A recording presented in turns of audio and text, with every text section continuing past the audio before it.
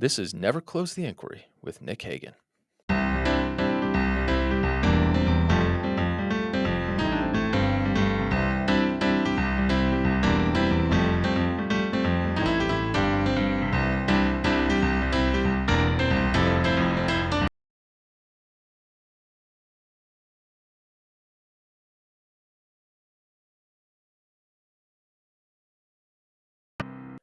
Welcome to the Neophytes, a new podcast series within the Never Close the Inquiry podcast, wherein my very good friend Thomas Mabey and I sit down and talk through the big issues of the day and try to figure things out. Whether this serves as a warning or an advertisement or something in between, you are entering a no expert zone. Neither Thomas nor I is a subject matter expert in really anything relating to politics and possibly anything outside of politics either. So the message we're trying to convey is not that our particular positions are correct necessarily. What we're trying to convey is that it's okay to not know, that it's okay to keep learning, and that it's okay to change your mind. This first episode is about tariffs. We recorded it on April 5th. And if we had the conversation again today, the conversation would be different. Not just because the story has kept developing, but because we've learned more. And I to some degree, maybe our positions have changed, and we're certainly open to them changing.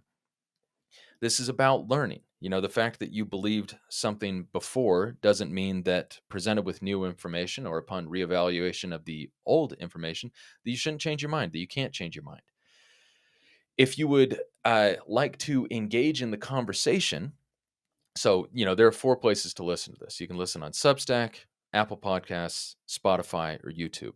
On YouTube and Substack, you can engage in the comments, and we are more than happy for you to do that. You can agree with us, you can disagree with us, you can say things that are completely unrelated, you can insult us personally, although we prefer that you didn't do that or kept those to yourself. But free country. In terms of support for the podcast, the best place to do that is on Substack. So even if you want to listen on Apple or Spotify or YouTube, if you subscribe on Substack, one, that makes me feel very good about myself because I get an email notification every time. And then two, that is actually that's how you can support us financially. That is how Never Close the Inquiry makes money. Through paid subscriptions on Substack. Maybe down the road, we'll see a revenue come in from advertisements on Apple or Spotify. But for now, it is through those subscriptions on Substack. A monthly subscription is $5 and a penny. The minimum they'll let you charge is $5. So I feel like I'm worth more than the minimum. So added the penny. So $5 and a penny. A yearly subscription is $50 and a penny. Again, penny more than the minimum. And then a founding subscription is $150.03. And with that, the first episode of the Neophytes. All right. So this is the inaugural episode of the Neophytes with your hosts, Nick Hagan, me, and Thomas Mabey, you. Hello. I am me. So, Thomas, just do a very brief intro. You and I have known each other for a very long time. Went to high school together. Went to college together. I think you are you are perfect for this because you are, one, very bright, and two, don't know a ton about politics. Yes, exactly zero about politics, I'd probably say. Hence the name, the Neophytes. Most of the time when people get on, they have podcasts, they're going to talk about political things. They are coming on as experts or presenting themselves as experts. They've studied these things for years, and they're talking about it like that. There's a degree to which that's very good and helpful. But then also, I think there's a space for people who maybe don't know a ton about politics and want to kind of reason through things. And we're going to be reasoning through things in real time. Yeah, well, I think I'd like to say that my expertise I bring is being okay with not knowing anything about certain topics and being okay admitting it. I probably have opinions on some things, and it'll be. I find it very entertaining to like actually figure out why I believe certain things, and then it's even more entertaining when I figure out I have like no reason to believe that. Just some wild, it's just like bias. something I picked up somewhere from someone, like my dad said something about, how you should water your lawn like 20 years ago, and that's like stuck in my head, and I have no idea if that's true. It's like I've never like, just stuff like that where it's like I don't really know much about politics. I don't really. I have opinions, but they're really based on kind of broad principles and I guess beliefs. They're not necessarily based on. I don't really know what one party over the other believes or supports most of the time, except on like the big stuff. So I can't really. I guess maybe it is kind of nice for me to not have to be like, oh, like I'm like 100% a Democrat or I'm like 100% a Republican, because I don't even really know what that means. So conveniently, I'm not sure they do either. It kind of seems to change a lot, and it depends on what the other party thinks that it believes. And then, because obviously you have to oppose that, so you right. Yeah. No, to briefly to that, kind of like that bias of unknown origin point. I think, I'm exactly the same way, and I feel like a lot of people are without really realizing it. I've thought about this a lot recently. It's like, yeah, I vote for Democrats. I would identify as a liberal. I'm not really sure where that came from. Like I can pick specific, political issues, that I started to notice when I was like in my 20s or, at 18 voting for the first time. But I don't, there was no like, it's not like at the age of 6, began a study of these, schools of political thought, going back hundreds of years, and then ultimately determined that the best reflection of these principles, as I believe them to be true, are found in the Democratic Party. There's nothing like that. So, like, your dad never sat you down. No. You were like 8 years old. And No. said, "Son, in this household, you're a lib. We vote for the liberals." No. In fact, my parents fastidiously avoided any political talk at home, to the best of my remembrance.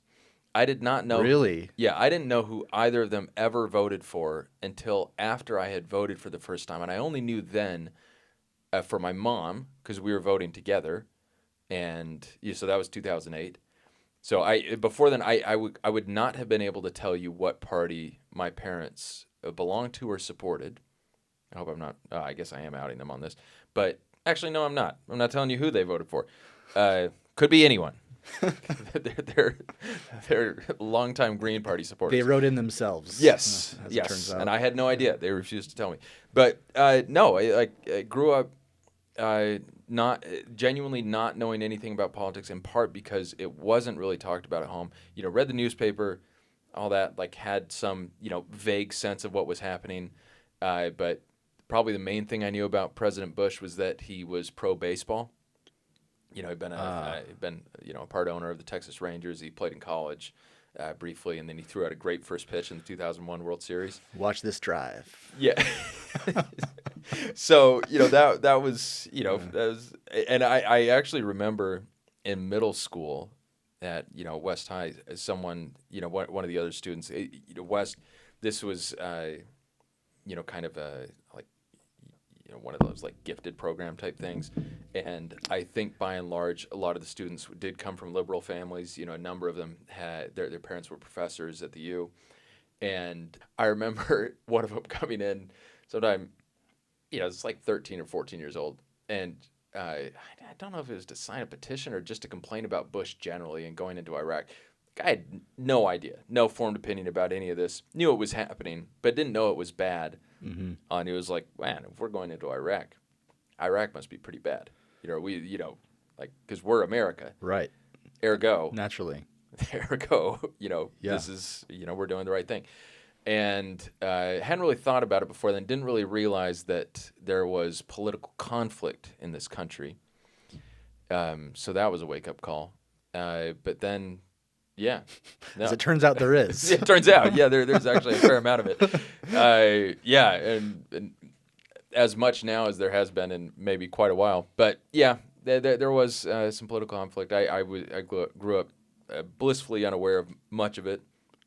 And yeah, to this day, that's part of the fun of this.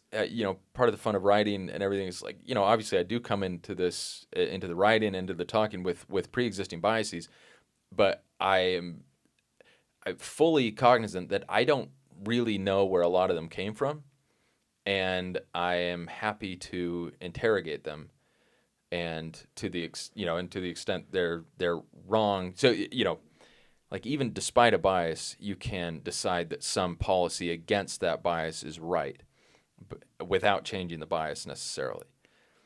If that makes sense. No. Okay. What I mean is like I could you can say that again. Meaning, yeah. Let me rephrase. Yeah. Meaning that I can go into something with a liberal bias, thinking like, the Democratic Party is probably right on this, and then look at the actual facts on the ground and decide, you know what, I don't like that approach.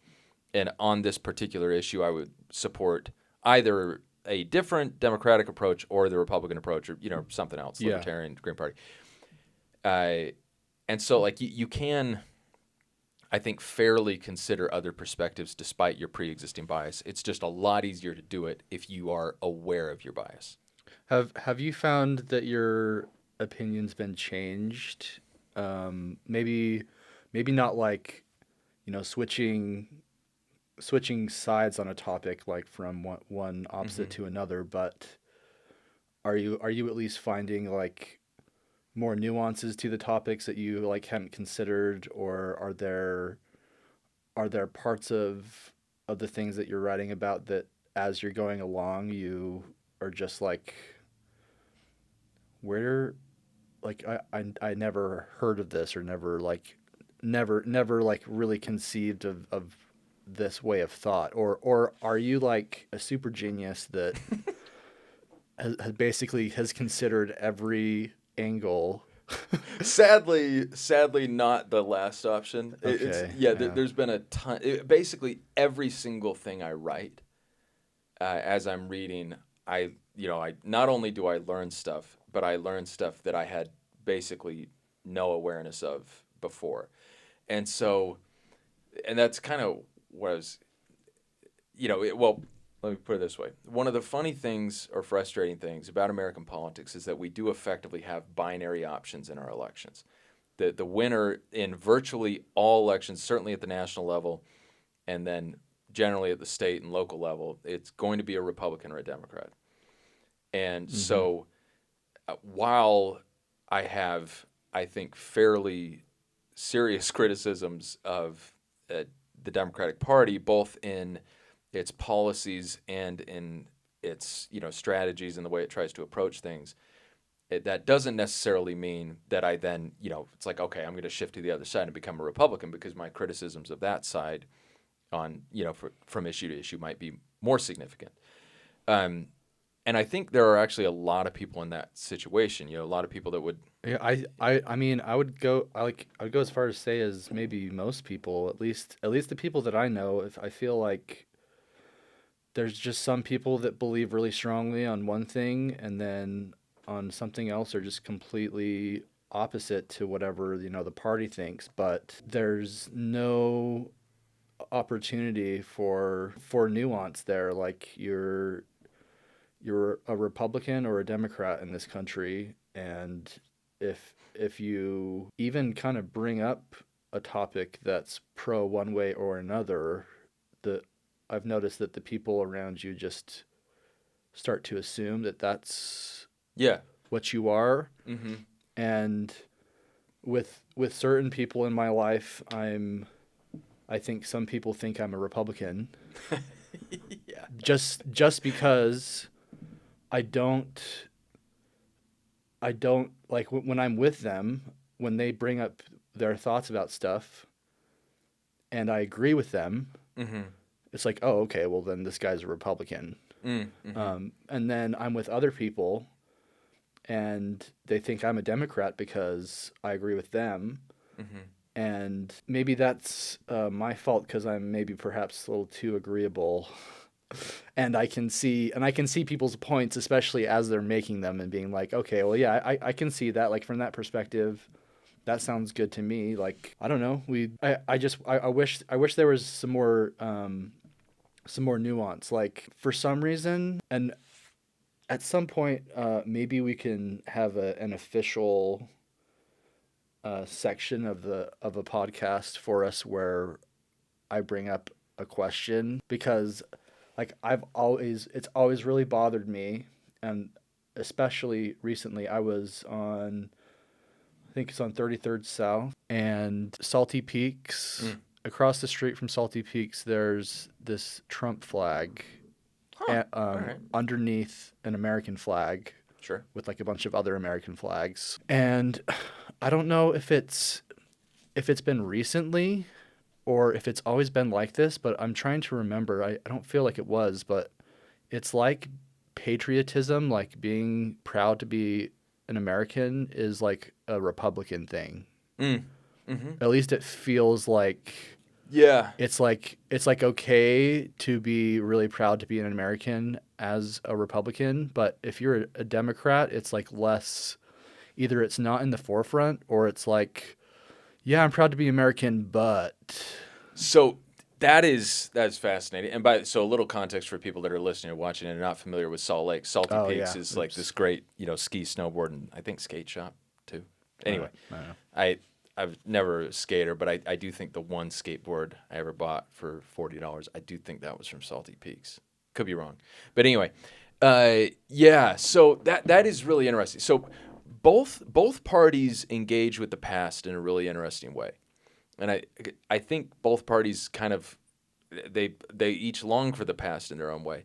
On the left, you have, I think, this sense now, this growing sense of frustration with the current Democratic Party, in the sense that they're not governing as well as they hoped to. I think, losing to Trump once was a blow. Losing again was a bigger blow, especially losing the popular vote. And, seeing people vote with their feet and, leave California and New York and Illinois, these places with, like, the biggest cities and the biggest GDP drivers in the country, like people are voluntarily leaving to go to like Texas and Florida and to Utah. Actually, I think if current trends hold, we'll pick up another House seat with the 2030 census. Oh, really? Yeah, which would actually be pretty cool. Wow.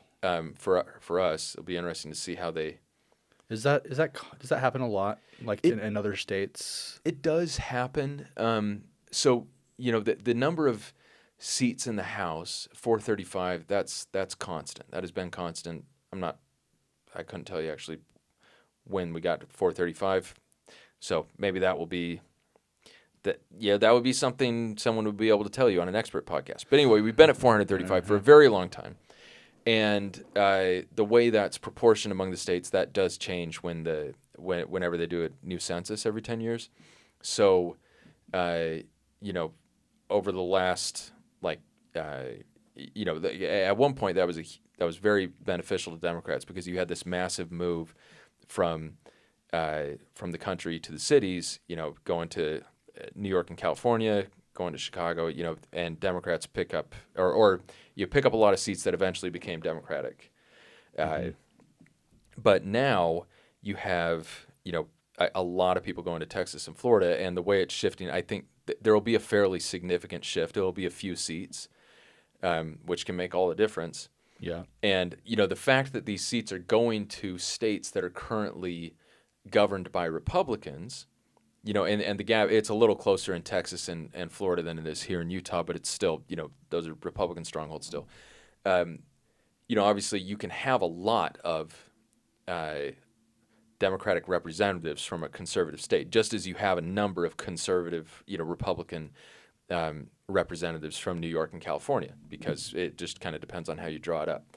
But generally speaking, it doesn't bode well for Democrats who are solely focused on like, demographic population shifts and whatnot. But in terms of the way people relate to the past, so Democrats, frustration with the way we're currently governing. Ezra Klein and Derek Thompson wrote that book Abundance, which has prompted a whole lot of debate, and which, broadly speaking, I happen to agree with. But it's this idea that Democrats have kind of choked themselves and choked their cities with a bunch of unnecessary, like reasonable sounding and well-intentioned regulations that just make building basically impossible because they make it take forever and they make it much more expensive than it would be otherwise. So it's like much more expensive to build housing in, California and New York than it is in Texas. And that's even true, like, in Utah, like I've talked to developers who say that it is much harder to build in Salt Lake, which has been, led by Democrats our entire lives, as opposed to like in Eagle Mountain or, these places that are more Republican.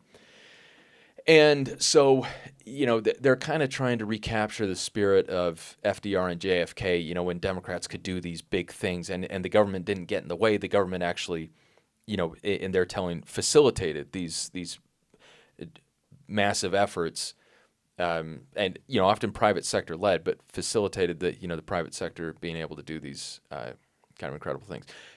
But, for Democrats looking at the past, it does kind of get complicated because then you can't bring it up without noting that, like, during the time of FDR, you had horrific, legal discrimination. And then it was during, JFK, you still had it, starting to move the other direction. Or you still had a lot of it, but, that basically talking about it is fraught because you can't talk about how you want to go back to this time when Democrats were doing really great things without noting that, there were a lot of other bad things happening at the time. It's almost like, good things and bad things can happen. It is funny. At the same time, Yeah, can they? Yeah, well, up for debate, I guess. Yeah, no, and it is. And then it's funny on the right because, they also, are looking to the past and, certainly the narrative from the left is like they just want to send us back to, the 50s or 60s or whatever. But for Republicans, it's kind of interesting because the government these current Republicans seem to want, I'm not sure it ever existed. And if it did, they don't seem to really agree. So you got Reagan, who's a very popular Republican president, but whose policies were very different than those pursued by this administration. And like these tariffs that we're going to talk about today are kind of a rejection of a lot of the Reagan economic doctrines. And then you go back to like the 50s and 60s, culturally, a lot of Republicans seem to see that as a touchstone. 50s and 60s, I should say, like pre-Vietnam protests and everything. That was a time when either Democrats were in charge or it was like, Eisenhower, who was a, certainly by today's terms, a fairly moderate Republican. Yeah. And then you do have some Republicans who, with the tariffs, you're talking about like pre-1913, which is kind of interesting. Well. Pre-Great Depression, but then especially pre-1913 when the 16th Amendment was ratified and Congress was able to institute federal income taxes. Yeah. So, on both sides, it just there's no like perfect look back to look forward sort of thing. You kind of have to pick and choose. I just think it's dumb that there's a stigma around it, Yeah. Like, well, maybe not a stigma. It just feels like you can't really, like, if someone's like rah America, they're going to be a Republican. Like, it feels like majority of the time, which is like, I don't know why that is, because I have a lot of reasons to really like being an American. Like, I have reasons to not like what we're doing in a lot of ways, but like that doesn't mean I don't like America. Like, so like I just think it's weird that like that's become a political thing, and that's probably always been the case, like. Yeah, maybe. And in other countries, I know like Germany's, from what I know, which quotations here, like lots of comparisons that I've heard to, Hitler and being a like nationalist, like go rah rah go Germany, you know, and then in my own mind I'm like, oh, rah rah go America. Uh-oh, like is that bad? You know, is that really bad if like everyone's liking America and like no. But like I don't know where that came from in my head. Yeah. But I don't know if that's something I've been picking up from people on the internet or what, but Yeah. I just wish it didn't matter as much and you could just, you know, kind of like America whenever you wanted to. Yeah. No, yeah, it's an interesting time, and with the internet, you know, it's basically whatever you do. Well, maybe put it this way. You can like America anytime you want, and it's totally fine. But there's going to be someone on the internet who disagrees with you and really doesn't like it. Yeah, Which is you know, that's fair. yeah, just, you know, a little quirk of modern life, quirk of being connected to everybody. I wonder if everywhere all at there's once. like is there like a big Republican that doesn't like America? Well, that's a good question. I'm just gonna keep asking questions. No, so you better tell me to shut up. At some No, I point. think. Well, we're going to get to tariffs in a second, but I think you know, certainly what the Trump administration is doing is a major challenge to, if not rejection of, the world order of the last 80 years, which was, you know, instituted and led by America. And so, you know, the argument is that making America great again, or greater than ever before, you know, they're making America wealthy again, making America healthy again, you know, so on and so forth.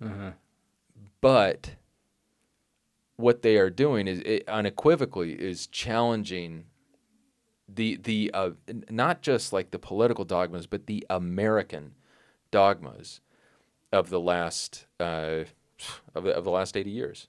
You know, since World War and II. maybe that's why I'm so confused about like what it means to be a Republican or what it means to be a Democrat exactly, because the rules that I grew up knowing seem to be different. They are so they are, and let's especially since I've changed a lot as I've grown up, but I haven't kept up with politics. And then when I try to pay attention every once in a while, it just seems like, man, like, what is a Republican really doing this? Like, Republicans are doing this now? Like, I'm just, I feel like half the time I'm shocked by like some of the policies that I hear, and I'm wondering what's going on. And it must be some of the things that you were talking about, where one party decides that they're one way and then the other one has to shift, and it all gets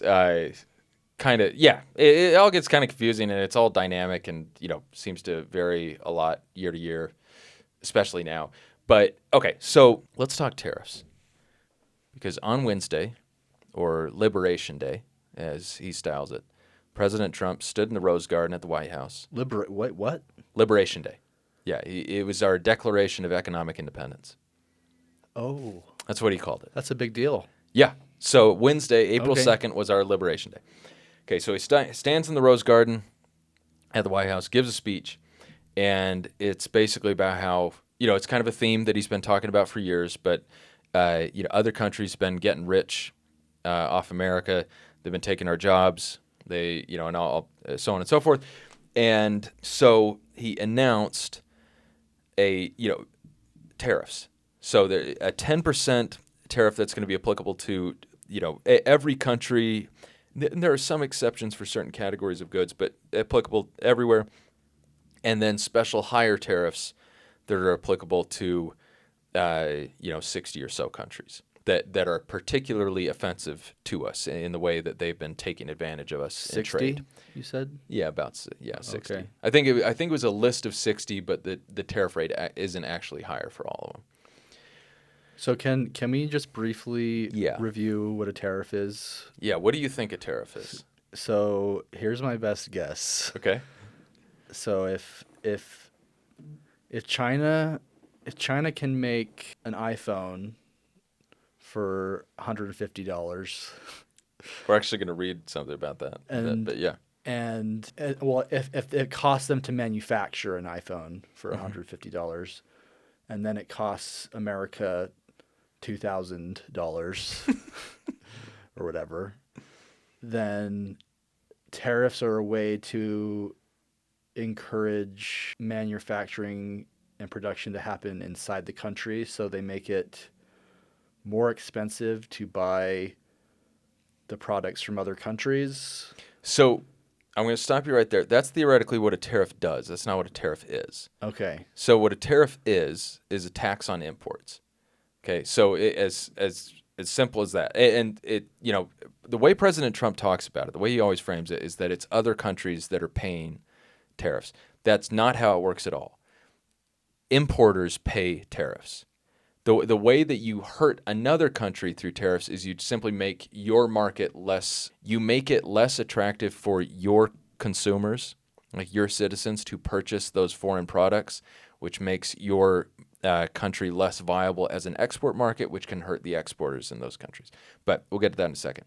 So basically, if you have a 10% tariff on something that's coming over from China, and the American company paid the Chinese company $100 for this product. When it comes over, the American company has to pay the Treasury $10. And then that cost gets passed on to the consumer. Yeah, and now granted, the company, the importer, does not technically have to pass on that cost. Right. But take an example. So Nike, their EBITDA. And that's a financial metric. Anyway, it was for last quarter, last year. I don't know what the time period was. 14%. Okay, and they bring in a ton of they bring in a lot of product from China, and they bring in a lot of product from Vietnam. Okay, so the new tariff on China on these products that Nike's bringing in is going to be 54%, which is very high. The new tariff on Vietnam, I don't have it off the top of my head, but it's also very high.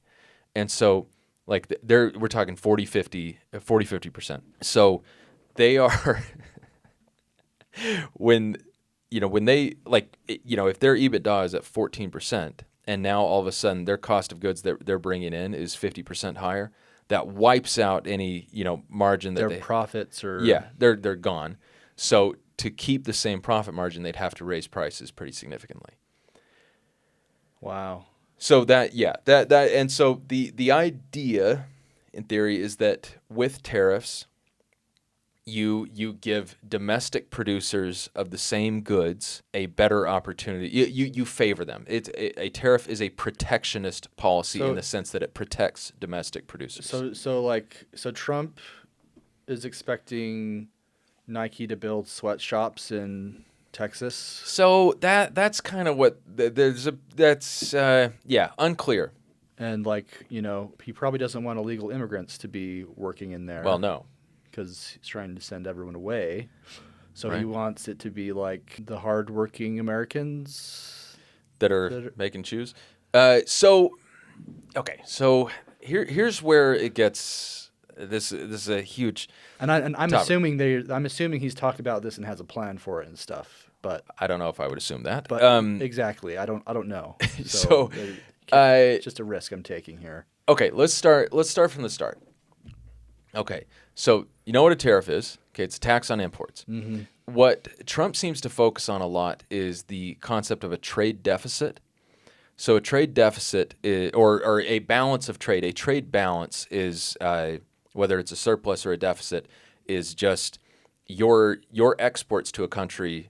As minus your imports from that country. So we export some to China and we get a lot back, so we have a trade deficit of X amount. I know the one for the EU off the top of my head. We last year exported 235 billion of goods to the EU and we imported 600 billion of goods.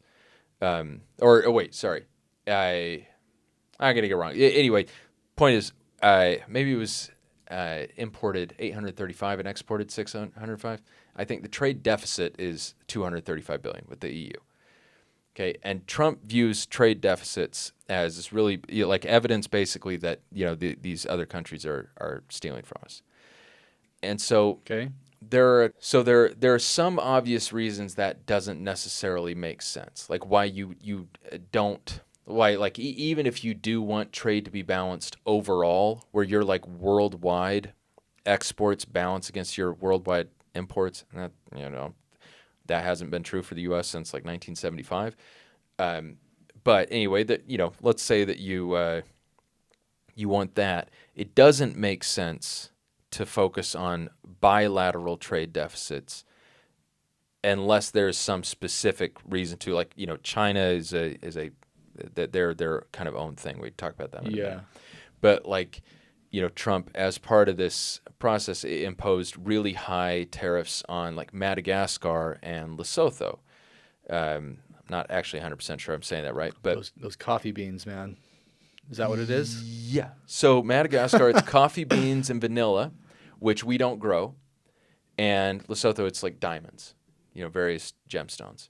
And so we import a lot from Madagascar and Lesotho. We do not export much at all because they, frankly, are very poor countries. They can't afford the stuff that we manufacture. Most of the stuff that's still manufactured in the United States is expensive stuff because of how expensive it is to manufacture. So we manufacture like planes and weapons. It seems like that logic makes it seem like everyone else is consuming as much as we are, which is unequivocally not true. Yeah, because like we're kind of like world famous for that, right? Like like that that's part of being a proud American is like consuming everything. Yeah. So the U.S. we have like 4.2% of the world's population and over 30% of the wealth, and we use that wealth, and absolutely, we have offshored a lot of manufacturing, and it has made goods much cheaper and has made it much easier to buy things like TVs and computers and clothes and whatnot here in the U.S. And so, yeah. Anyway, let's take a step back, though, because I think Trump, with the tariffs, like the whole opposition to the trade issues, it comes from, I think, two basic places. One, there's this concern that we've lost a lot of good manufacturing jobs. Which is probably true. Yeah, we have lost a lot of manufacturing jobs. That whether or not that's a problem is a different question, because there's always the question of like what is replacing those jobs and how quickly, and where are replacement jobs coming in. Like, obviously there are a lot of places in the U.S. that used to be thriving and are not now, or went through periods where they didn't thrive until someone built a new plant building something else. Right. Okay. So, the people that are in those places tend to want those jobs back, or certainly you could sell them on getting those jobs back. So one is losing good jobs. Two, there's an issue with like actually offshoring stuff we really need, and like kind of high tech stuff, pharmaceuticals, and having it all in a country like China that is not that. Their interests are often adverse to ours, and they are considered generally a global adversary, a big global rival. So, like during the pandemic, at the start of it, one, you had a supply chain breakdown because, supply and demand were really shifting, and then China was shutting down factories everywhere because people got COVID, and then they're not shipping stuff out, and so we're not getting it. And it turns out that they were like the sole producers of things like PPE and ventilators and there were some major issues at the start of the pandemic where the U.S. just didn't manufacture stuff that it really needed. And that's not to mention all the stuff that we didn't necessarily need but used that was stuck in China and didn't get to the U.S. for a while. And so, prices for that stuff really went up because it was so much more expensive for American companies to get it here. Okay. So is the idea behind the tariffs is to get things that we need that aren't being produced here to start being produced here? Yeah, fundamentally, it's to incentivize companies to come build factories and plants and in the United States and produce stuff here. And so, so there are a couple of issues with the approach. One is that a lot of this stuff, like to build factories and whatnot, like takes years. It's not the sort of thing where it's like, that's the first thought I had was like, yeah, like it's not like he could. I guess he could have announced ahead of time. I don't know. I guess you probably can't really tell the whole world that you're going to start charging them more years in advance. That's the other thing though. Stability is really important because, given that it takes years to build up industrial capacity, you're not going to want to invest in that. That's like billions of dollars of investment, depending on the company, depending on what you're building. It's, millions, hundreds of millions, billions of dollars of investment. You're not going to want to put that money to that use if you don't know that you need to spend it that way. Yeah. Well, yeah, no one's going to do that unless they're sure about their return, right? Yeah, like Nike, their manufacturing is all in China and Vietnam. I think pretty much all in China and Vietnam. Like, they're not going to build a plant in Texas until they know for sure that they have to, because you can just make stuff for so much cheaper over there. Yeah. And they don't want to have to come back here, and then they would, unequivocally would need to raise the prices of their shoes.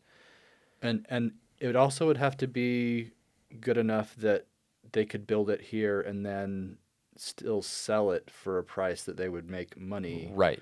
Whereas they have to make it make sense to do that, as opposed to just paying the fee that they have to pay and just keep doing what they're doing. Oh yeah, you're not going to keep operating the business at a loss. Like, you're going to do what you have to do to make sure that you're not operating at a loss. Yeah. And that often means laying people off. It's a classic way to save money. Yeah, and we're kind of hitting on a bunch of different issues really quickly, but why not? Let's do it. So, so for a lot of companies, just like, you're going to want certainty before you really make any massive capital expenditure. And certainty is the opposite of what they have right now. That's a lot of why, that's one reason that the stock market is kind of falling. So I don't really know much about that. I'm not invested in the stock market at all. Nice. I just know that, apparently that's a good thing right now. I just know I'm seeing a lot of memes of Joe Biden smiling and an entire red screen behind him of representing all the stocks. Yeah. And Kamala Harris is saying snarky stuff and and then I hear stuff thrown out trillions of dollars lost. Mm-hmm. And it just sounds like it's not going super hot. Yeah, no, the stock market is dropping a lot, and there is, I think, there is, I don't know when I say agreement, but many economists seem to think that if the tariffs are left in place, that there will very likely be a recession. And so one way to look at the stock market, because the value of the price of a stock does not necessarily always tie directly to anything you can find in the value of a company, like in their profits or their revenues or whatever. Right. Yes. There are sometimes that's really obvious, like with a GameStop situation, where it's just a meme stock. But generally, if you look at the market writ large as a whole, it's whether it's going up or going down is kind of a reflection of investors' optimism about the future of the stock market. Like, the reason you buy a stock, and generally is because you think its value will increase. And makes sense. Yeah. Yeah. Like, you want to be able to make money off this stuff. So you buy if you think it's going to go up, and you sell if you think it's going to go down. Or you hold in the hopes that it will someday again rise. Right. Yeah. So we're in a really interesting spot with a lot of that stuff. So couple of major issues: capital investment, reshoring manufacturing. It takes a ton of time, and it's really not clear that we'd want to do it. I know there are a lot of people on the right now that do want to do it, and their theory is that do you want to do it, meaning they want to reshore manufacturing jobs. Yeah. And honestly, that makes sense to me. just just just thinking about it for Yeah, briefly yeah, is yeah. just like, yeah, we should have the ability to make stuff like that. That makes sense. Just on Yeah. a basic level, it's like, oh yeah, we probably should be able to make stuff that we need to here, just in general, just as like just in Yeah. case. Yeah. Well, no, that's a legit reason, like just in case. And then also, like there are a lot of upsides that go along with manufacturing. Like you tend to, when you manufacture, you tend to get better at manufacturing, and you tend to innovate more. We like if you're doing high tech manufacturing, you're going to get better at that, and then you're likely to develop new ideas as you go along. And by offshoring all of that to China, it wasn't like, it's not like China has just been doing stuff and not learning. It's like they've been getting really good at manufacturing. They're way better than us now. And they've also been able to come up with a lot of new tech and whatnot as they've done that. And so, you do lose, like, even though by offshoring, we dramatically decreased costs for the average American, for not just the average, for pretty much all Americans. And as a consequence, increased the quality of life for, let's say, most Americans, maybe excepting some of those who lost the jobs that were gone. Yeah. Uh, West Virginia, Detroit. yeah, Kind there's of some. stuff. Yeah, some people got hit worse than others. Yeah. As we did that, we did give up some things that we probably didn't want to give up, and that it makes sense theoretically to want back. So the issue, one of the issues, kind of becomes like, at what point do costs go back down? Because if you just have this increase in costs and people aren't necessarily making more money, or maybe they are, maybe that's the idea, like, then Americans just won't be able to buy as much stuff. And Americans, I think, are pretty used to buying stuff. We love buying stuff. Stuff is awesome. Yeah. Well, an iPhone that costs $10,000 probably not going to sit well with a lot of people. No, well, far fewer people would be able to afford it. Now, probably wouldn't be 10,000, but it would be more expensive. I mean, I don't know what all this means, and I don't even know. 40,000. No, but no, yeah, and then the argument that we've seen from the Commerce Secretary Howard Lutnick is basically that we will, as we build up these manufacturing facilities, we'll automate, and so we'll have robots doing it, so you won't need that many employees, and so you can manufacture everything cheaply. And so that actually kind of makes sense on one level, although it is kind of funny because then that's not really about reshoring jobs so much, except jobs in constructing the plants, and then maybe some jobs. And then the people that have to operate the robots, I guess. But there are plants here, making paper towels and whatnot, where they don't even turn the lights on. It's like fully automated. They literally don't need lights on because there aren't people that need to see. They don't have to see? No. Wow. You just, turn the lights on when someone comes in to check. They just have night vision goggles to make sure like everything's going well. No, you just don't need that many employees. Dang. And so that's kind of spooky. That's kind of weird. Yeah. I don't know. It's I don't know. The reality is, and this is something that people on both sides of the aisle kind of have to deal with. You're never going to have a perfect world. You can't construct an economy where everyone that wants to be employed is employed, and everyone wants to be employed because you've encouraged that. And they're making good money.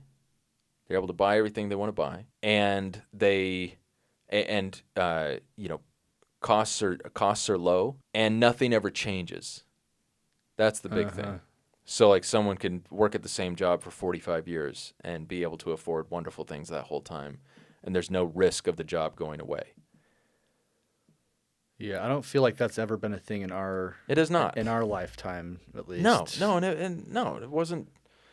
And it wasn't before. Like certainly, you do have jobs where you will be in a job for your whole career. You can be in a job for your whole career, but that it's like, you go back far enough, there were no manufacturing jobs. And then there were a lot of manufacturing jobs, and now there are fewer.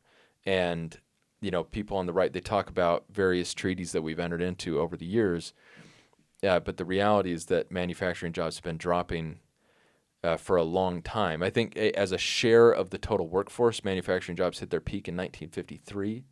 And then as a total aggregate number, because you had the population growing, peaked in 1979, and then have been dropping pretty consistently ever since, for the most part. And that's because they were being sent.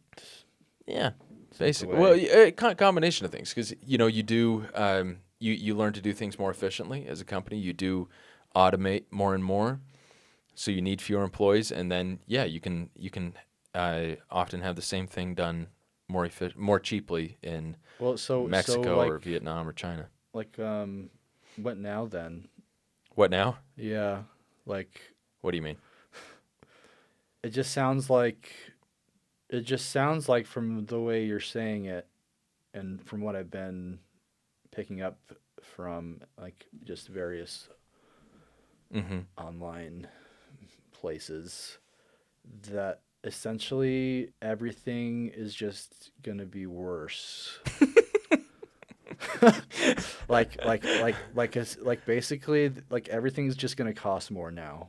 And how have the other countries reacted to this? Well, so that's another concern.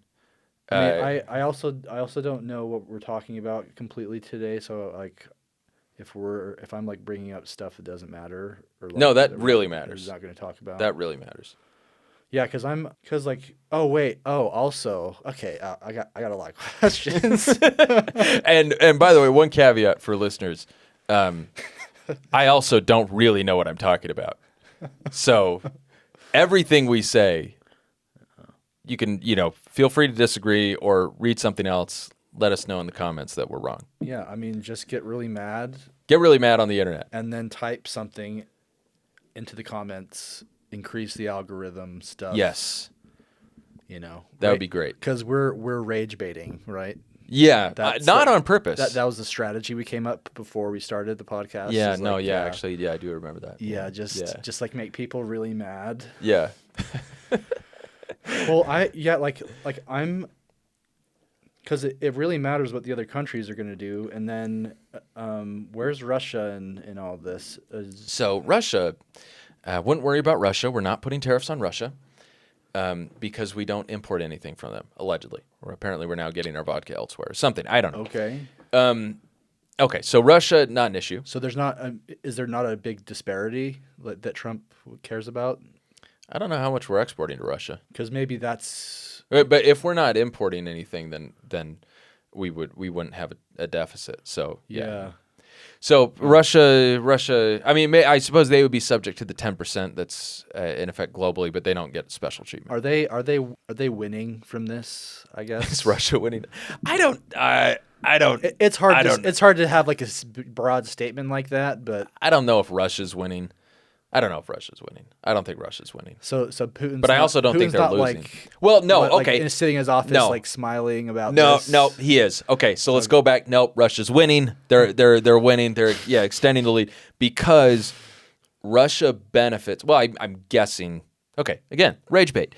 Russia benefits from an upending of the world order, existing world order, because the existing world order, post World War II, pitted the West against the USSR and, against China, against communism. And so if we're kind of, putting that in a blender, then Russia, that's probably good. Yeah, well, yeah, at least it's not bad. It's not bad. I mean, no, it's if the country that set up the existing world order and maintained it, often despite other allies' weakness and whatnot, for 80 years, is what, we're kind of out, or at least we're reconsidering everything. and even if we don't ultimately change all that much, we are acting sufficiently unstable as to provoke, unrest. Yeah. And we're causing longtime allies to look to each other, not to us, and to look to, other options. That seems pretty good for Russia. I'd be stoked if I were Putin. Interesting. If I was Putin, yeah. Interesting that Russia's left out too. Like, I guess that's just kind of weird to me. I don't think we import anything from. Okay, I'm sure in some way, it makes sense. It's totally, it's totally fine. That was surprising to me that you said that they're not involved. No, Russia in trade, I don't think we look at as an adversary. Like, obviously China we do, and so the risk with tariffs. So, okay, again, tariffs, there's like so many ways to look at them. So one way, we're doing a little more on the history here. So tariffs are a way to raise revenue, right? It's a tax. Like you import stuff that's tariffed, and now the importer has to pay a tax to the treasury, and now the treasury has more money. So pre-federal income tax, the majority of the federal government's revenue came from tariffs. However, they weren't necessarily very popular because they are a tax, and taxes are not very popular. And as a tax, different taxes do different things. And tariffs, because they affect the price of goods, they tend to affect people without money more than they affect people with a lot of money. So like the same arguments that you see about sales tax and other consumption taxes, that affect the lower classes more than they affect the wealthy. Yeah. It's like you saw the same arguments in the late 19th century about tariffs. And so in the late 19th century and early 1900s, it was the Republican Party that was the party of tariffs. They were a protectionist party. They wanted to protect domestic industry. So in 1890, William McKinley, they're named for him. He's in the House of Representatives. They pass the McKinley tariff. It's a very high tariff. It's like 50% on a lot of imported goods. And so that bill is signed into law in October 1890. 1 month later, they have the midterm elections. Republicans lose 86 seats to Democrats, and then in 1892, Democrats win unified government. So there's precedent for this. Oh, we're not done. Oh, interesting. So 1897, McKinley actually makes it to the White House. He wins the 1896 presidential election. So he's in the White House, and then for his second term, his vice is Teddy Roosevelt, and then McKinley gets shot and killed. And so in 1901, Roosevelt takes office. Roosevelt is a progressive Republican, so he's not especially pro-tariff. Okay, he's a progressive Republican of that day that, in certain respects, would, I don't know, it'd be like a combination between a Trump platform and a Bernie platform, in a lot of ways. Our politics have shifted a lot. There's more overlap than you'd think, and that was probably rage bait. For the record, for all listeners, Teddy Roosevelt is, I think, my favorite president. Anyway, he's great. Make America feel the burn again. Yeah, something like that. Yeah. But anyway, he didn't raise tariffs. He kind of dodged the issue for his almost 8 years in office. And then he didn't, keep in mind, there was no bar on running for a third term at this point. So he did not run for office in the 1908 election. And his vice president, William Howard Taft, won the presidency. And then in early 1909, he signs a new tariff bill into law. And some of that is he thinks he should defer to Congress. Anyway, there's big disagreement in Congress at this time. So Congress does two things. One, they pass this tariff law. I'm forgetting the name of it, but they pass one. But they also pass that they come up with the 16th, what would become the 16th Amendment, and they send it to the states. So this would allow the federal government to impose an income tax. I'm going to go back in time one more second. That's coming because, so in 1894, Democrats, they lowered that McKinley tariff a bit and instituted a federal income tax on that was like 2% on households with income in excess of $4,000. So it's actually really minor. That only affected about 1% of households. But the Supreme Court overturned that provision in 1895 because it wasn't apportioned properly among the states. Some constitutional reason that I'm forgetting. But anyway, so 1909, Republicans pass another tariff law. 1910, they get smashed in the midterms. And then 1912, and it literally splits the Republican Party. Well, it's interesting. So McKinley won, even though in 1890s, he won the 1896 presidential election. Even though he started that bill, he had previously been associated with tariffs. Yeah, I mean, and that's another thing. The fact that a party wins the presidency or wins, one of the houses of Congress doesn't necessarily mean that party is doing great things. It might mean that the other party just really screwed things up. So, it had been a few years, and people were like, "All right, let's, we need Republicans again." So they'd had the unified Democratic leadership, and they're like, "Now we're out." So need Republicans. But anyway, so 1910, Democrats do great in the midterms, and the Republican Party starts to split. So the 1912 presidential election is fascinating. So Democrats in 1912, they take, again, unified government, take the presidency, take the Senate, take the House. But that presidential election was one of the most interesting in U.S. history.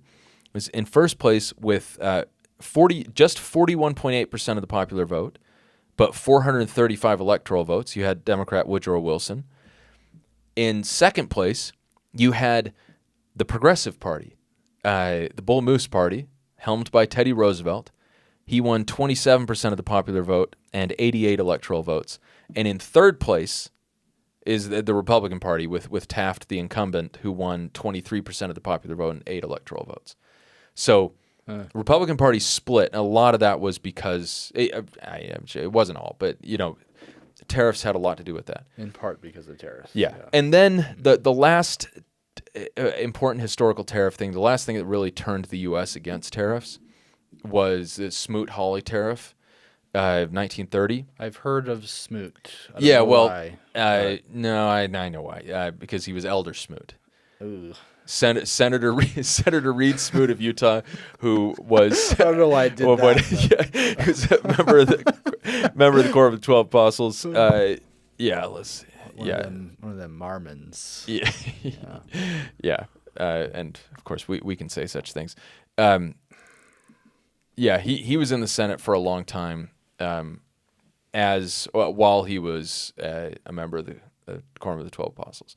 But anyway, so 1930, this is, after the stock market crashed. It crashed in October 1929. And then they're debating, what they're going to do about this, serious crisis. And in June 1930, they passed the Smoot-Hawley tariff. And they raised the effective tariff rate to about 20%, which is actually lower than it is at this moment.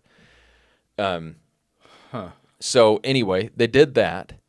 So what you're saying is that tariffs caused the Great Depression. Not exactly, but they actually are seen by economists as something that exacerbated. Probably didn't help. They didn't help. Well, and no, you can look at the actual numbers. So that was June 1930, and right at that point, so this may not have been connected to it, but I saw Thomas Sowell, who's a conservative libertarian economist. He wouldn't describe himself that way, but that's kind of where people slot him in. A free markets guy. Like Reagan would have been a big Sowell fan. Anyway, he said, he noted, and then I looked it up. It's like it wasn't until after those tariffs were put in place that unemployment started getting really bad, and it's interesting to think about why, and I'm not a scholar of the Great Depression, so I don't really know, but those tariffs prompted a trade war with Europe especially, where we raise tariffs and they're like, screw you, we're raising them too. If you're going to make it harder for us to sell to you, we're going to make it harder for you to sell to us. Trade wars, they tend to hurt whoever, they hurt all the participants. But anyway, they did that, and trade between Europe and the U.S. dropped precipitously. So the year before they were instituted, it was, I'm actually going to, do I have the numbers somewhere?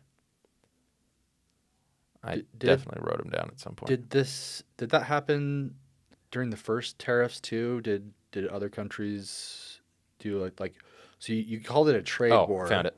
You called it a trade war that time. So does that not happen every time tariffs are raised? Not necessarily. So, but right here, so imports from Europe fell from 1.3 billion in the year before the Smoot-Hawley tariffs to 390 million by 1932. So they dropped by more than 2/3, and exports to Europe from us fell from 2.3 billion to 784 million over the same period. So we're cutting international trade between the U.S. and Europe by more than 2/3, which turns out to have not been probably super great. Seems, yeah. And so that is one of the major risks of what's happening now. So China already responded. So China now they instituted a 34% tariff on imports from the United States. So yeah, we'll see what happens. Yeah, I don't see. It just feels like, why wouldn't a country? I guess this is complicated, but in my head, I'm just like, why wouldn't a country? Yeah, why wouldn't a country just immediately just raise their own? So the reason tariffs? They wouldn't is because tariffs they hurt your own consumers. So like that's why the U.S. did not have tariffs for a long time, despite other countries having tariffs, because tariffs, they are taxes paid by your importers that are then, and those costs are then passed on to your consumers. So it's something. It's not seen as a good. I don't know if I want to call it good, but it's not something that you would choose to do unless you had to.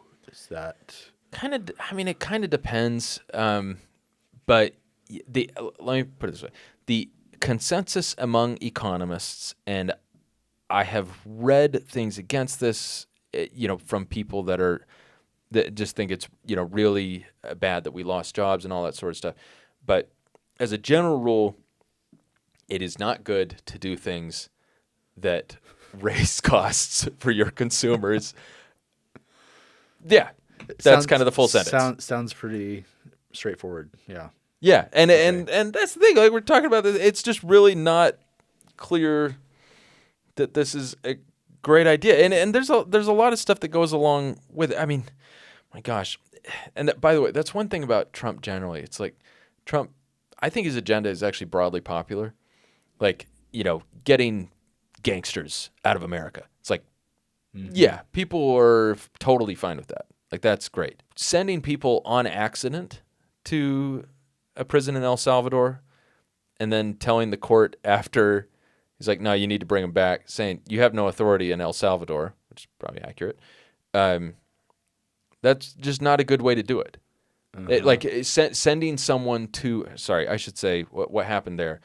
There was a guy. Yeah, because I don't know what's going on. Okay. So Trump has been taking alleged members of a Venezuelan gang, Tren de Aragua. Neither of us speak Spanish, so sorry to everyone that does. Has been taking them and renditioning them to a notorious prison in El Salvador without hearings, without any form of due process. Okay? It's like, okay. So this is ICE, or is that something else? Yeah, ICE. Yeah, I know ICE is doing it. Yeah. All right. When we say Trump, it's like obviously Trump is not going around personally in a golf cart. Like, unfortunately, yeah. It's a darn shame.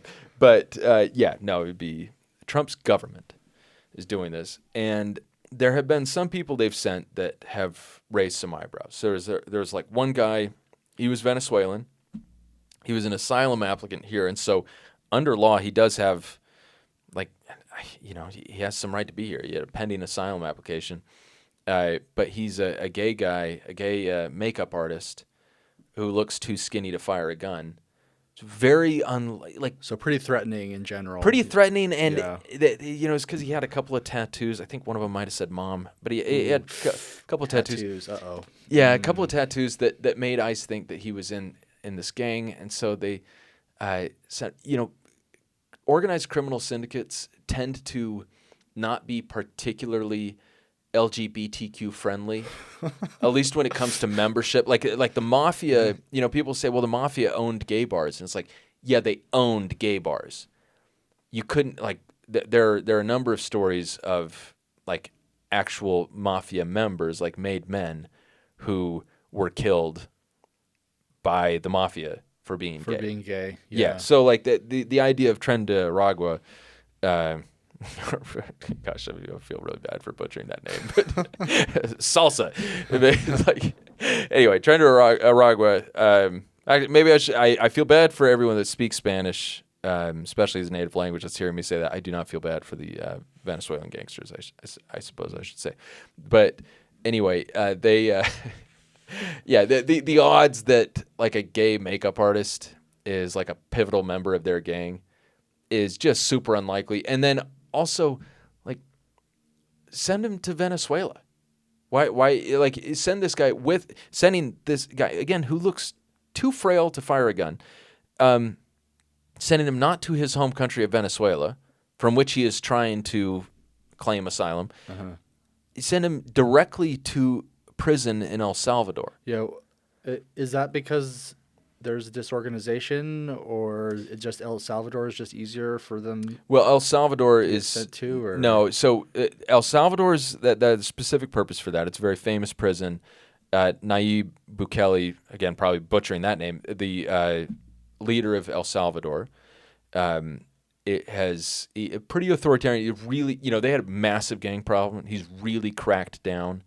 There are good sides to that. The murder rate has dropped precipitously, and there are bad sides where it's like there have been some major abuses of human rights. Let's say they're probably not batting 1,000 in terms of who they're locking up, and there hasn't been, I think, great attention paid to what we Americans would call due process. But anyway, so we're sending people to that prison now, and as long as we're sending like actual Venezuelan gangsters, I think people are like, yeah, that's actually, yeah, we're down, even if there might be some issues with it. But if you're accidentally sending people you don't mean to send, that is indicative of a bad process. So the devil's advocate would be, well, what's one guy, that's sent falsely,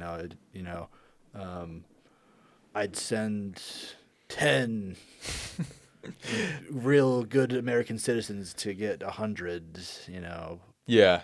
So bad guys, but that I could hear that narrative in my head, as this conversation was going, was like, well, there's collateral damage, right? So two responses. One, that normative argument, like that is an argument. It goes explicitly against like the foundation of American law, more or less, the American justice system. William Blackstone, who's a very famous English jurist, talked about this, and then I think Ben Franklin borrowed from him, but talking about the idea, it's like better that 10 guilty men go free than one innocent man, rot in prison. And so this is a flip of that. It's like we're okay with the innocent man going down if it means that we're getting 10 guilty men. And it's like that's a normative argument, and you can make it, and there are a lot of people that believe it or believe in it. I personally do not. So it's not seen as is it still the case that that's kind of seen as an American ideal to just not send guilty people to prison? Well, I don't know if that's the way I'd state it. I think it's that we try really, the point of due process, or one of the points of due process, and it's not explicitly American, or it's not exclusively American, I should say. One of the big things, big verses, is to make sure that we're going to do everything we can to make sure we're not locking up innocent people. Which is why the death penalty is kind of... It's one argument against it. Is less popular with some. Yeah, there are other reasons too, but that is definitely one of them. Sorry, I just kind of brought up. No. And then the second response to what you're saying is that it seems like it would be so easy to come up with a process, even if you, and there are people on the right that believe this, that believe that these people in the United States do not get normal due process because they are not citizens. It's like, okay, that actually might be wrong under existing law, but whatever, like, ignore that for a second. Ignore, the legalistic side of things, whether they deserve due process and what that would mean.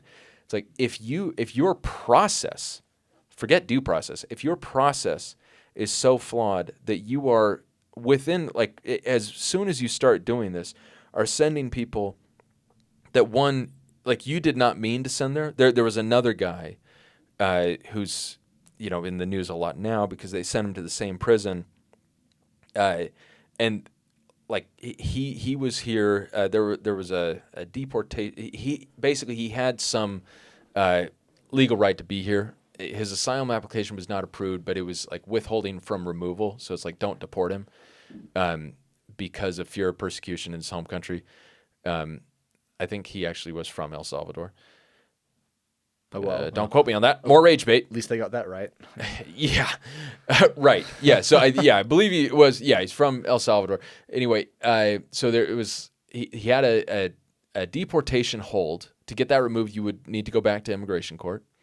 They didn't do that, and then there's never any. So wait. Why? So why didn't they do it? Good question. That's another question. They literally admitted in court that no, we didn't mean to send him. I didn't know I couldn't do that. and that's the thing. It's like this stuff is so easily avoided. Why it's so easy. And I know they're trying to go fast, all that sort of stuff, but you could take your popular agenda and slow down just a little bit and dramatically reduce the opposition to it. So I don't know. The whole thing just seems weird. I don't know. Like, I don't understand.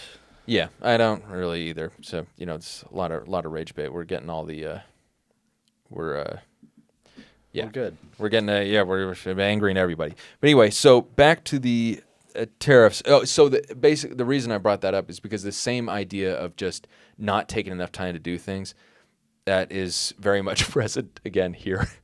Yeah. So like with very high tariffs on like Madagascar and Lesotho, where it makes no sense to have a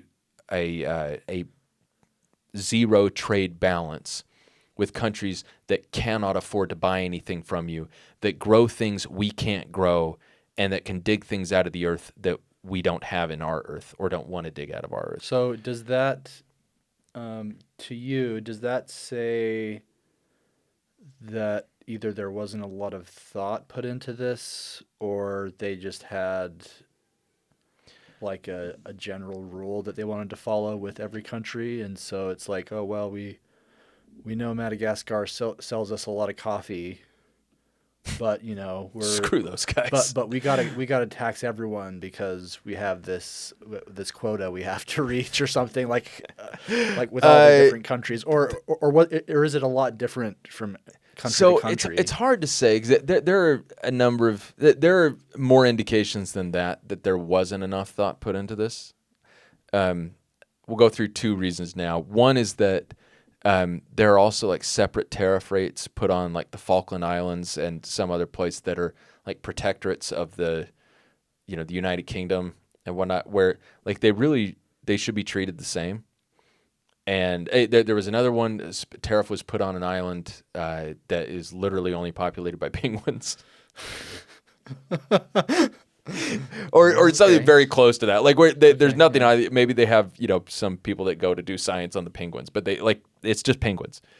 And then we have a tariff on it. And there are people online that speculate that it's because they used artificial, they used grok or whatever artificial intelligence thing. And they just did it by the domain, the top line domain. So like Gibraltar and the Falkland Islands, like they have different domains than the UK, and so because of that, they get different tariff rates, which doesn't anyway. Yeah, so it is funny. This is going to be great rage bait because. We're shooting the breeze without necessarily all the details. But anyway, so the way they calculated these tariff rates. So when Trump stood there in the Rose Garden, he held up charts. And in the chart, he had the tariff rate charged by countries to the U.S., and then it's like which is inclusive of other trade barriers and currency manipulation. And then on the other one, he's like, this is the tariff rate we're going to charge them, which is half of what that, of this egregious tariff rate that people are charging us. Which, again, it's like tariff rates you charge on yourself. Again, so it's not exactly the right way to frame it anyway. Because, again, foreign countries do not pay tariffs.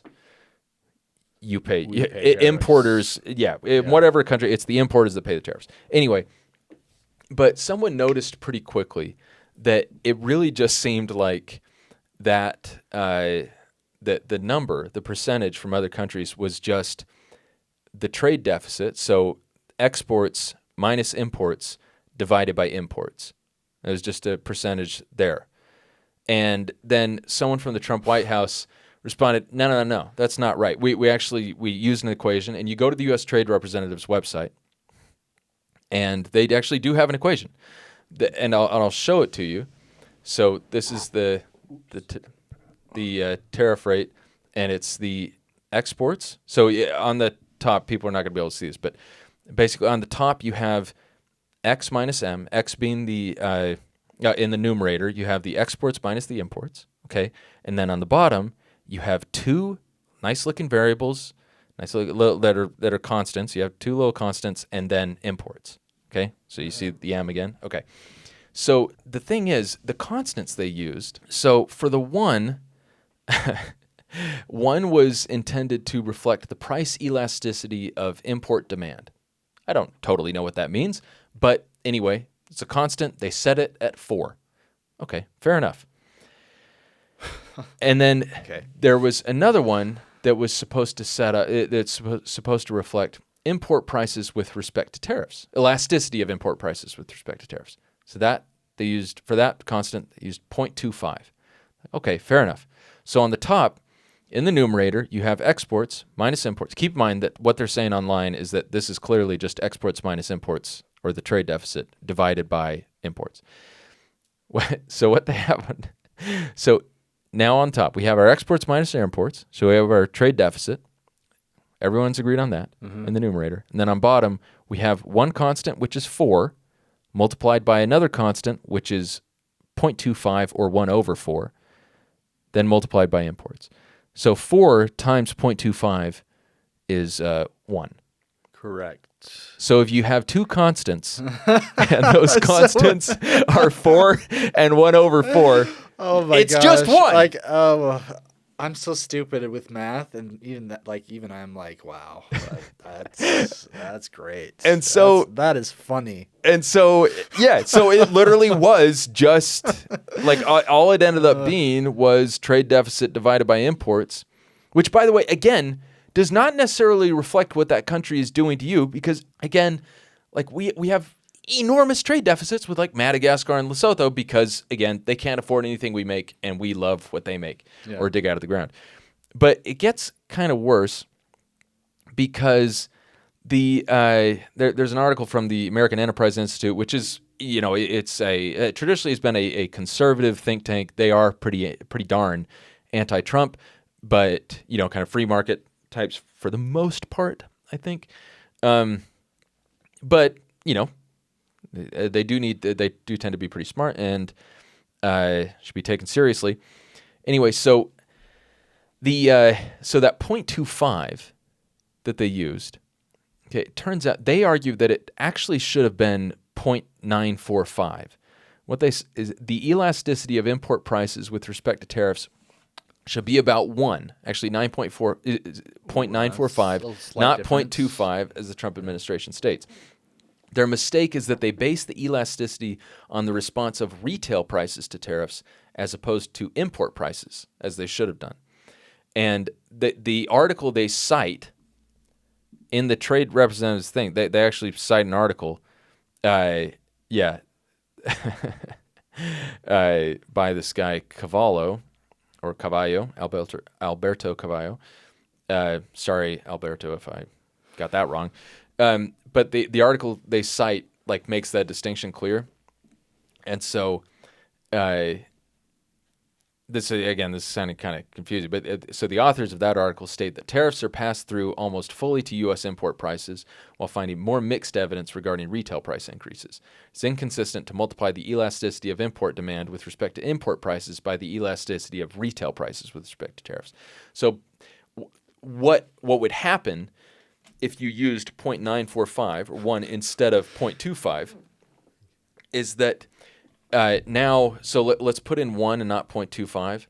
Okay, so in the denominator now you have 4 times 1 instead of 0.25, and then multiply by the imports. So you have 4 times the imports times 4. So the denominator essentially gets quadrupled. Yeah. So what you do is you every tariff that we argue that other countries are charging us is quartered. And so what that does, since our tariffs are meant to be reciprocal, like we're charging ourselves tariffs on other countries that are 4 times as large as they should be under the formulation the government is apparently using. So it's because of things like this that it makes it difficult for a lot of people on the dirty left to take the Trump administration particularly seriously. Because it'd be one thing if they're making these arguments. It's like, okay, you make these arguments in favor of tariffs. It's going to help us reshore all these great jobs. Okay, all right, okay, that's one thing. You can dispute that, but it's one thing. But then to argue that, and that's very much something that's in dispute, and that's disputed by very many smart people in the general expert consensus for the last however many years, and basically a century, and arguably longer than that, to make these arguments that are not generally accepted by the experts, and then to do it incorrectly on your own terms, damages faith in the whole thing. So is it... So I'm going to assume Trump didn't get on ChatGPT and just asked it to do this for him. So assuming that's not the case, like there had to be a lot of people involved in this, right? So what I heard, or does that really not? I mean, I just assumed that something like this big would have to go through a lot of processes, right? Yeah. So according to an article I read earlier today, there were a lot of people involved, a lot of potentially very smart people involved, and they gave Trump, they were thinking for weeks about how to do this, and they gave Trump a suite of options, and this is the one he chose. And now it's not clear if he chose this with them messing the numbers up, or before they messed them up, or after. I don't know any of that, but like there were a lot of ways to go about this. You could do just a flat tariff rate around the world. You could do, flat tariff rate plus higher tariff rates on some specific countries like China, where where there's a particular issue. There's a particular issue. It's a suite of particular issues, and then you can avoid raising coffee prices, and diamond prices, I guess, and vanilla prices. Yeah, but I don't know. Yeah, I'm sad. That seems like it just seems weird. Like it, if that article's to be believed, like I could see Trump just looking at whichever one kind of looked the coolest. Like that has some Greek letters in there. Like wow, those numbers look, they look pretty big, and they're lined up pretty good. When I hold that up, yeah, that'll look. I mean, that's going to look great in my arms. It's going to make an impression. Yeah, I don't get it. I don't understand. Yeah, well, if it makes you feel any better, I don't really get it either. And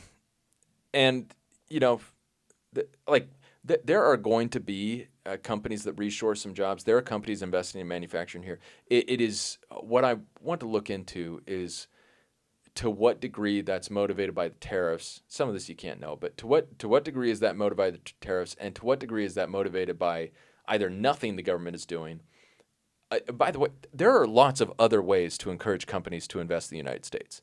there are all sorts of tax incentives that you lower exemptions from corporate taxes and all sorts of other things that you can do to make it make fiscal sense for a company to invest in the United States generally, and then in specific states. Like states compete on this sort of stuff tax-wise all the time. Like there's a reason that so much stuff is filmed not in Hollywood but in Georgia or in Utah or whatever. It's because like if you come here, we're going to give you all sorts of these sweet tax incentives.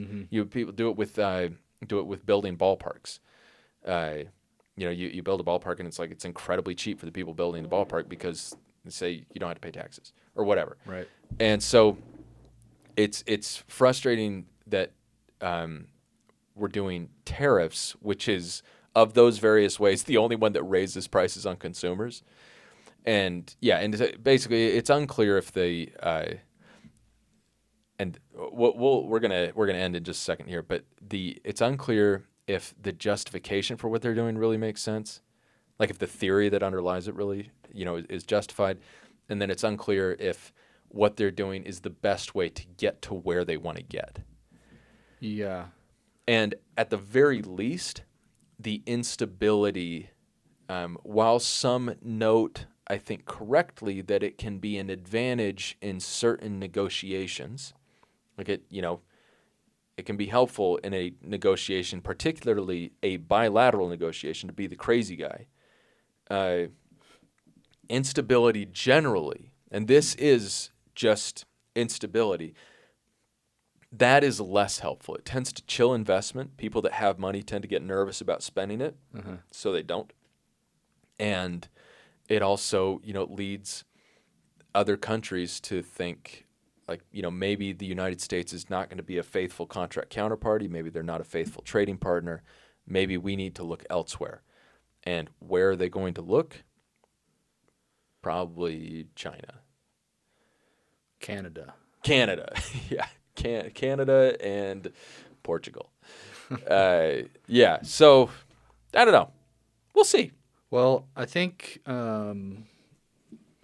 regardless, even though I don't understand, because it just seems like a big mess, I hope it works. Yeah. I really do. As someone that doesn't care about who wins elections and stuff at the moment, right. I do on big issues. I have opinions, but right now, I hope it works somehow. Well, because I like America. Yeah, remember? That's right. What presidents do, what Congresses do, what the government does, you do want it to work. And if you voted for the other person, it's I think you kind of on some level you probably want everything they do to be wrong, so the people that voted for this guy can suffer. But it's that's not who suffers, and also that's maybe not a very nice thing to wish. Yeah. You kind of want to be wrong about what you thought. You want you want this to work out. It's just not totally clear at this point that it will. Yeah, regardless, I hope it works out. Probably won't, sounds like, but you know what? It's my biased presentation of everything, maybe. Go team. Go team Tariffs. Work, please. Work, please. Make everything great again. And whatever that means. Yeah, back to the good old days of. We should open a steel plant. Wow, that's a good idea.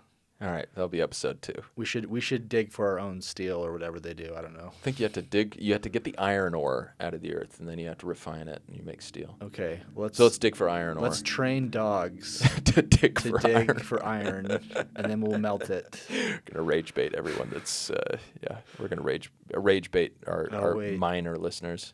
Yeah, or MINER. Or the people that like dogs and then don't want them to mine. Sure. Yes. Yeah. Yes, we all know dogs do sniff iron out of the earth. Yeah, they're very sensitive and don't like to dig either, as we know. So we can't, Right, hurt their sensitive paws. These modern dogs, these Yeah. low testosterone dogs.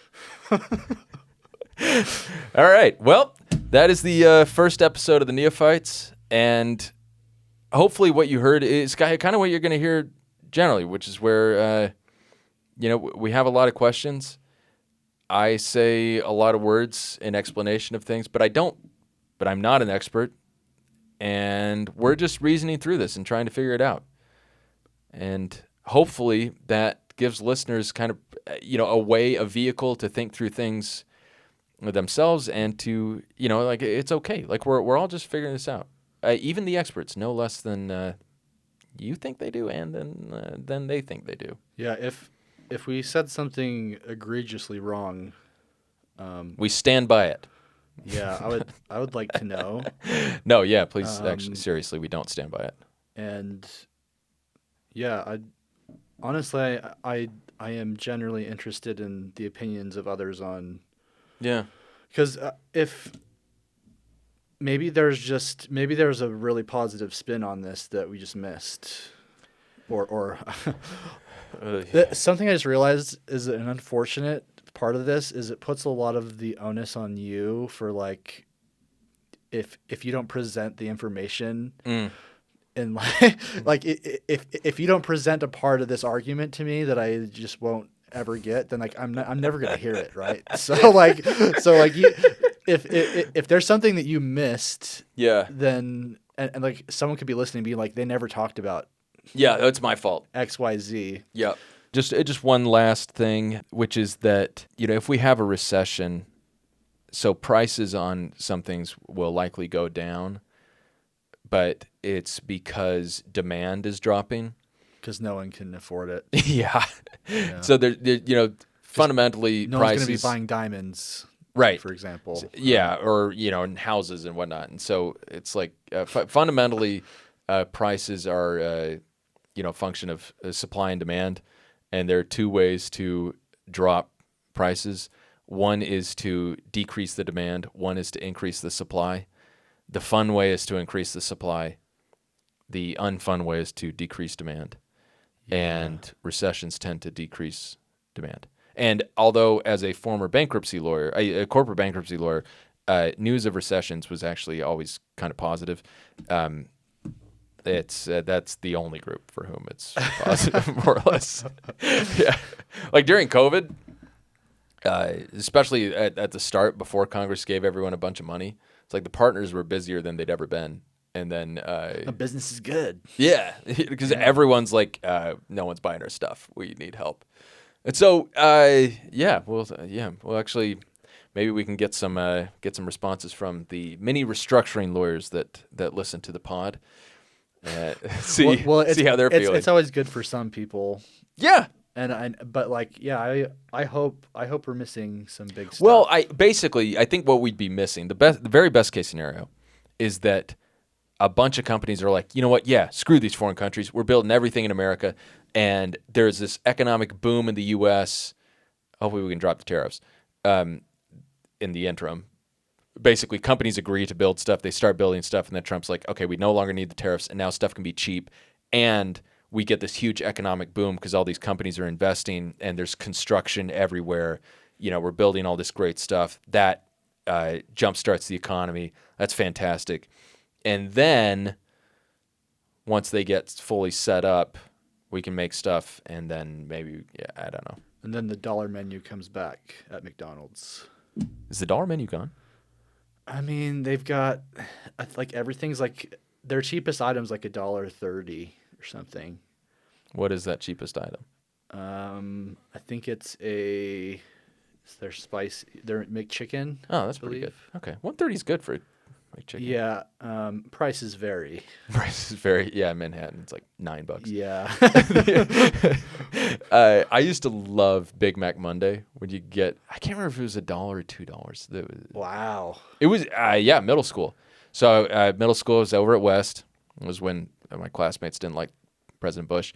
And I was like, he threw out a great first pitch at that Yankees-Diamondbacks World Series game. So, yeah, in the wake of 9/11, like, come on. Well, 650 calories for $1 is pretty good. Yeah, and I wasn't getting just one. So middle school, on Mondays, West is a couple of blocks from the Gateway Mall, and at that time, Gateway had an awesome food court, or a food court that was awesome if you were 13.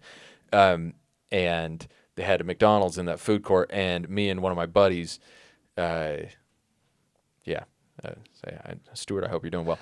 We would, a lot of Mondays, we would run over, because 13-year-olds have no shame and are willing to run, with backpacks and whatnot. Run over, get 2 Big Macs, pound the Big Macs, hustle back. We have 35 minutes for lunch, and go to class.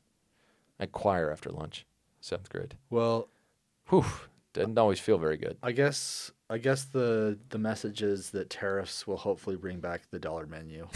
Yeah, hopefully Tariffs magically bring back the dollar menu. Oh, yeah. Mm-hmm.